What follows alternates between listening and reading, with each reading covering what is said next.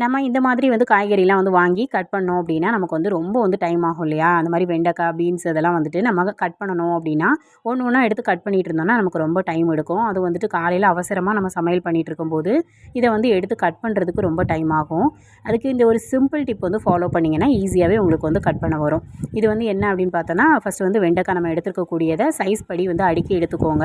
ஏன்னா நீளமும் கட்டையுமா இருக்கும் இல்லையா? அந்த மாதிரி வந்து நம்ம சைஸ் படி வந்து பிரித்து எடுத்துட்டு, இப்போ இத வந்து கட் பண்ணுறதுக்கு முன்னாடி நம்ம அந்த எடுத்து வச்சிருக்கக்கூடிய வெண்டைக்காயில ஒரு ரப்பர் பேண்ட் வந்து மாட்டி விட்டுக்கலாம். மாட்டினதுக்கப்புறம் இதை வந்து நீட்டாக வந்து கட் பண்ணிக்கலாம் நம்ம. இது வந்து உங்களுக்கு குழம்புக்கு வேணுமோ, பொரியலுக்கு வேணுமோ இந்த மாதிரி பார்த்து சின்னதாக பெருசாக வந்து கட் பண்ணுறது உங்களோட விருப்பம், கட் பண்ணிக்கலாம். இந்த மாதிரி நம்ம வந்து கட் பண்ணுறப்போ நம்மளோட வேலை வந்து ஈஸியாக முடியும். நமக்கு வந்து ரொம்ப டைமும் வந்து எடுக்காது.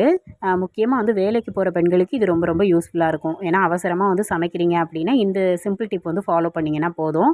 ஈஸியாகவே நம்மளோட வேலைகளை முடிச்சிடலாம். இந்த மாதிரி நம்ம எடுத்து வச்சிருக்க ஒவ்வொரு செட்டையும் வந்து கட் பண்ணி எடுத்துட்டோம் அப்படின்னா போதும்.